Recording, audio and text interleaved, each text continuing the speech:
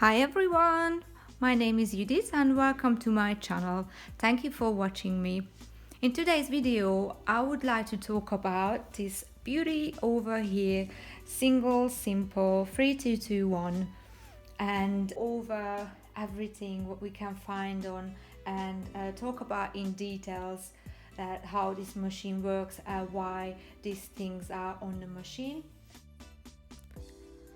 The reason why I decided to create this video is because I am a beginner and trying to self-teach myself how to sew, and it is really hard to find videos online that describes everything in details on the way that a beginner can understand it.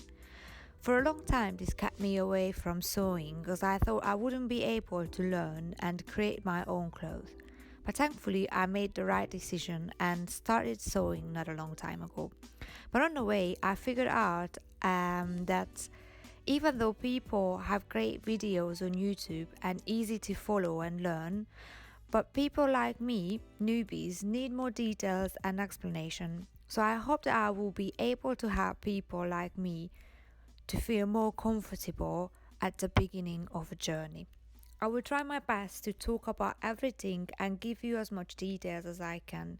I am not a pro whatsoever, so I might won't be as professional as you expected. So please don't be too hard on me. So let's start to explore Single Simple 3221. This is my first ever sewing machine, so I cannot really compare to another machine, but so far I am very happy with it.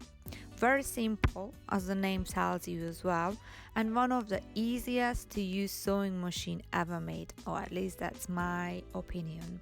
The machine came in a box, ta-da, surprise, with an instruction manual and a few other little things in the bag that I will talk about later, and a machine cover. Actually, I like to, since we talk about machine cover, I like to make a video where you can create your own machine cover. It's really easy to follow, a really great beginner project. So I will put that video up and you can check it out on my channel. So it is always good and recommended before you start to use your sewing machine, you discover the many features and the ease of operation by going through the instruction book that comes with your machine step by step, seated at your machine, so you can get familiar with your machine and get to know it. Of course, I didn't follow this advice and straight jumped in and had no idea what I was doing and messed up so many things. So, actually, really helpful to learn about the machine before you start sewing. Makes your life much easier. You might see two single simple 3221 with slightly different style. The reason is that the manufacturer want to ensure that you are always provided with the most modern sewing capabilities, and for this reason they might change the appearance, the design, or the accessories that comes with the machine, or they move the buttons from one side to the other. But that's totally normal. They just want to make sure that you always have the best option available. We will go through the principal part of the machine step by step and how to connect the machine to the power source. Maybe we'll start with this as it is simple and easy, and obviously you will have to make sure your machine works before you can start sewing. Once you turn around your machine, you will find the main plug socket just there on the side, and this is where you will plug the power as well as a foot pedal, as they are all usually on the same cord. So you will just push this little thing over there to the plug socket, and you can plug this to the main power source, and this will be your foot pedal, which will play a really important part during sewing. Depends on which country you are in, you will have this plug in a different way. In the UK we use this 3-leg one, but other countries they use different with 2 or or 3 legs. So once the machine is plugged in, you will have to just switch the main power switch on the machine, which will turn the light and the power on. Now the machine is ready to go. Once you just switch it here on the side, and you can see the light came on and the machine is ready to go, or nearly. But before you start, then you will have to still do a couple of other things. You will have to put this foot pedal on the floor because that's where you want to use it, and it will play a main part of the sewing, because the foot pedal will control and regulate the sewing speed. Depends on how much pressure you will put on the pedal with your foot. So if you put more pressure on the pedal, then the sewing speed will be faster and you will sew faster. If you put less pressure on the pedal, then the sewing will be slower. The sewing speed will slow down. I recommend to start with a slower sewing speed because it's easier for a beginner, because once you go really fast it's easier to miss the lines and easier to go to a different direction. The next thing I would like to talk about is the thread tension dial just over here on the top. This one comes from 0 to 9 and you can change it anytime when it's necessary. The basic thread tension setting is 4. So this thread tension dial controls the upper thread tension, which is the thread is coming from the spool over here going down to the needle. Most of the people, they recommend it to leave it on 4, and I left my one on 4 since I have the machine, and so far it's working fine. I never had any problem, so fingers crossed I won't have any problem after this as well.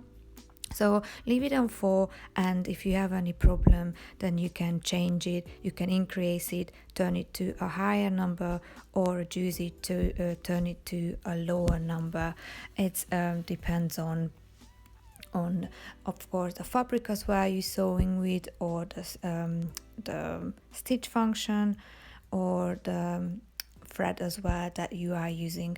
But basically if you see any problem then you can make changes, but otherwise if you don't have any problem, just leave it like that. Let me show you a couple of photos that came with the manual, so you will have a better understanding how can you see that you have a problem. So on the first picture on number A, you will see that that's a normal tension for straight stitch sewing. So as you can see, the white fabric, that's the top layer, and then you have the gray one just underneath. You can see that the stitches are really nicely done, and they are joining very nicely on the middle, so there is no problem whatsoever with the stitches. They look really nice and clean, so there is no problem. So the tension is working perfectly with this. If we will go to the next B, you will see that there is a big problem there, because the stitches from the thread from the top goes down to the bottom layer and it shows through, so they are really loose. You will have to turn the dial to a higher number because you have problem with the stitches. But it's really too easy to resolve this problem, and after it's all good. And the C, you will see that's the other way around, so the thread tension is too tight and you will have to turn the dial to the lower number because the thread from the bottom part shows on the top, and they go too tight. The other side, the number 4D picture, you will see that's a normal thread tension for zigzag and decorative sewing, no problem whatsoever. Don't get worried because the thread from the top is showing on the bottom part like a little bit, but that's normal, that's how it should be. So that's a clean and nice stitch. from zigzag and decorative sewing. We also have to talk about the lower thread tension as well, because this is how a stitch created. Upper thread and the lower thread joins together and voila, there is a stitch. So if you have a problem with your thread tension, it can be because of the upper thread we talked about, but also it can be because of lower thread tension. So your lower thread is just here underneath the needle plate in your bobbin case. That's the bobbin area. I already took this out so I can show you just here. This is the bobbin case and your bobbin is just inside the thread, nicely wrapped around. I will make a video later and then I will show you how to wind the bobbin and the upper thread as well. So to check the bobbin thread tension is, you will have to hold it by the thread. Just do it. You have to jerk it once or twice. If the tension is correct, the thread will unwind by about an inch or two. If the tension is too tight, it won't move at all, so you can't even move it not even a little bit. If the tension is too loose, it will drop down too much.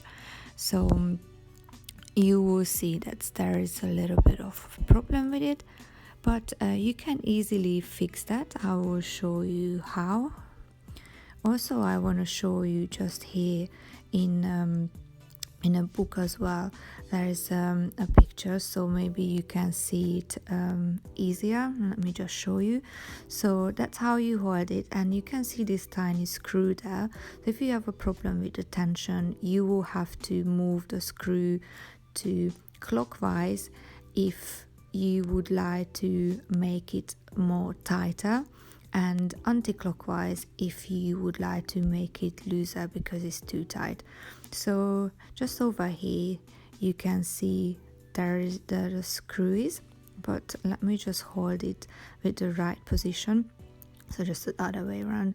So if you would like to make it tighter, you will have to twist that little screw clockwise, just how I show you with my fingers. And if you would like to make it a bit looser because it was too tight, you have to do it just anti-clockwise, just around the area. I will talk about many interesting things in my next video as well. I will paste the video just here on the left side so you can easily click on it. If you like my video, please subscribe, like and share it. And also, if you have any comment, just comment below the video. Also, let me know what you would like to hear about next, and I can create a video and talk about in details. Thank you very much for watching me. Have a nice day.